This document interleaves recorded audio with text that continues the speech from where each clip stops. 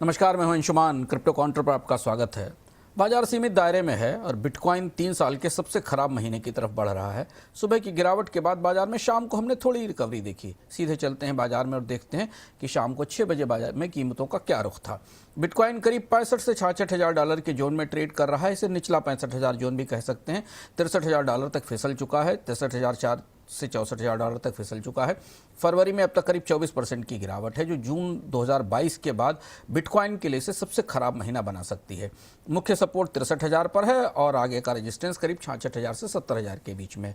हाल के सत्रों में बिटकॉइन के ETF से 400 मिलियन डॉलर के आउटफ्लो दिखाई दिए हैं, जो बिकवाली का दबाव बढ़ता दिखा रहे हैं। हालांकि बिटकॉइन का डोमिनेंस क्रिप्टो में भी ऊंचा है, लेकिन पूंजी धीरे धीरे बड़े आल्ट कॉइन में सरक रही है।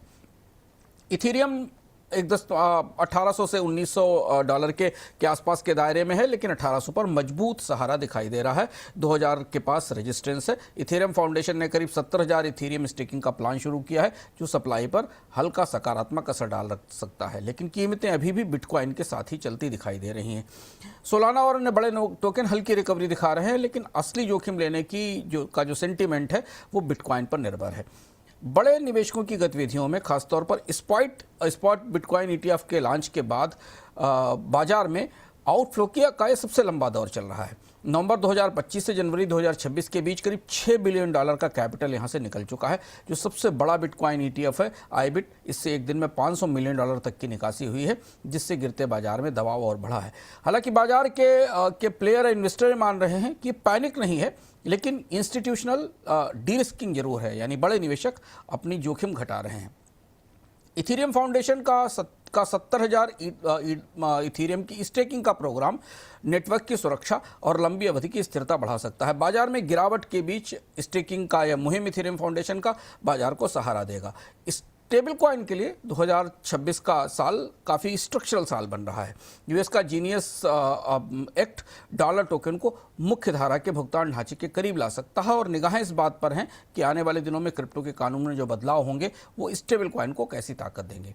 फ्रॉड, स्कैम और इन्फोर्समेंट के मामले में जो बड़ी खबर है वो FATF से आई। दुनिया में एंटी मनी लॉन्ड्रिंग के नियम तय करने वाली एजेंसी FATF ने कहा है कि क्रॉस बॉर्डर स्कैम और मनी लॉन्ड्रिंग पर और ज़्यादा सख्ती की जानी चाहिए। इसका संकेत है कि आने वाले दिनों में क्रिप्टो एक्सचेंजेस पर और कठोर नियंत्रण होंगे, जिसका असर हमें चारों तरफ दिखाई देगा। रिटेल का सेंटिमेंट काफ़ी कमज़ोर दिख रहा है। फियर इंडेक्स अभी भी एक्सट्रीम फियर में है। रिटेल निवेशक डिफेंसिव हैं। नैरेटिव छोटे मीम कॉइन्स और जैसे पेप्टो की तरफ घूम रहे हैं, लेकिन ये ऊंची जोखिम वाली लिक्विडिटी ड्रिवन सट्टेबाजी है, सुरक्षित निवेश नहीं है। अगले 48 से 72 घंटों में बिटकॉइन अभी 66,000 डॉलर के निर्णय क्षेत्र में है। अगर ये स्तर नहीं टिकता तो और ETF आउटफ्लो जारी रहते हैं तो फिर अगली गिरावट 60,000 डॉलर तक ले जा सकती है। क्रिप्टो बाजार में अब हम आ गए हैं क्रिप्टो काउंटर के अंतिम चरण में, जहां हम विजडम पर बात करते हैं। बाजार में चर्चा बढ़ रही है कि क्रिप्टो में बिटकॉइन का नियंत्रण टूट रहा है।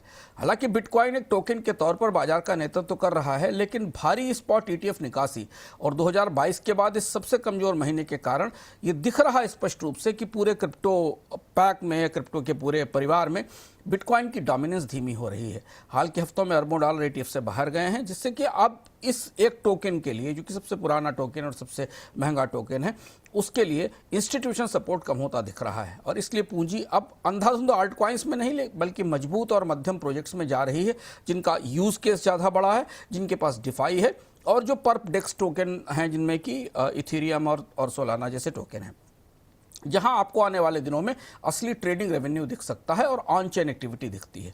नए आंकड़े ये भी बताते हैं कि ये पूरा आल्ट कॉइन सीजन नहीं है, बल्कि सावधानी वाला रोटेशन है। लेवरेज कम होने से फंडिंग रेट सामान्य हो रहे हैं।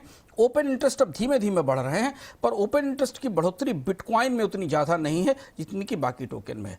मतलब है कि बाजार घबराहट में नहीं बल्कि संतुलित स्थिति बन रही है। अगर आप क्रिप्टो के निवेशक हैं तो कुछ चीज़ें समझना जरूरी है। ये एक बड़ा स्ट्रक्चरल शिफ्ट है जो क्रिप्टो बाजार में दिख रहा है कि हर उछाल को अगला बिटकॉइन समझ कर ना भागे। अगर रोटेशन करें तो धीरे धीरे और मजबूत आधार वाले टोकन में जाएं। रेवेन्यू और ऑडिटेड कोड को, लिक्विडिटी को प्राथमिकता दें, और मीम कॉइन या मीम टोकन प्रोजेक्ट में प्री सेल से पहले निवेश करने के बारे में ध्यान से सोचें कि वो सट्टा है, निवेश नहीं। क्रिप्टो काउंटर में आज इतना ही, फिर लौटेंगे नए अपडेट्स के साथ।